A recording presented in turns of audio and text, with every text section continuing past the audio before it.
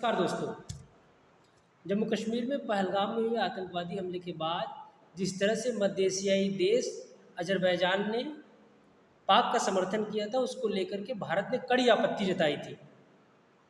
इसी संबंध में अब भारत बचे हुए मध्य एशियाई देश तजाकिस्तान, किर्गिस्तान, उज़्बेकिस्तान और जो एक दो देश बचे हुए हैं, उनसे अपने संबंध को मजबूत करने के लिए एक नया कदम बढ़ाया है।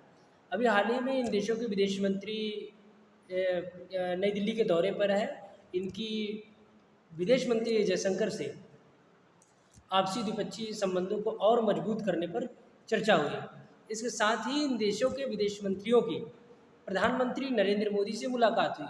उन्होंने इस मुलाकात में भारत को संयुक्त राष्ट्र में अस्थायी समर्थन देने का वादा किया और साथ ही कश्मीर में पहलगाम में हुए आतंकवादी हमले की कठोर निंदा की और भारत के साथ अपने संबंध को और मजबूत करने का भरोसा दिलाया।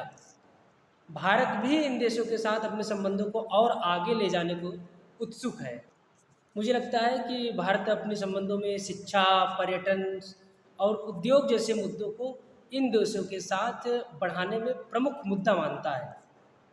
इसी कड़ी में आपको याद दिलाते चले कि जुलाई 2015 में प्रधानमंत्री नरेंद्र मोदी के इन देशों की लगातार यात्राओं के बाद हमारे संबंध इन देशों से और मजबूत हुए थे।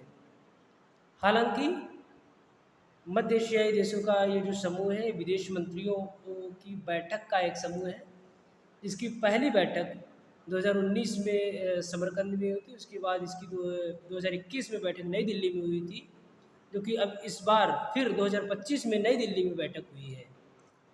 अब आगे देखना बड़ा महत्वपूर्ण होता है कि इन देशों ने वादा तो कर दिया है, लेकिन ये अपने वादे पर कितना खरा उतरते हैं, ये आगे देखना बड़ा ही दिलचस्प होगा। आपका इस विषय पर क्या राय है, आप में अपने कमेंट सेक्शन में ज़रूर बताएं। धन्यवाद।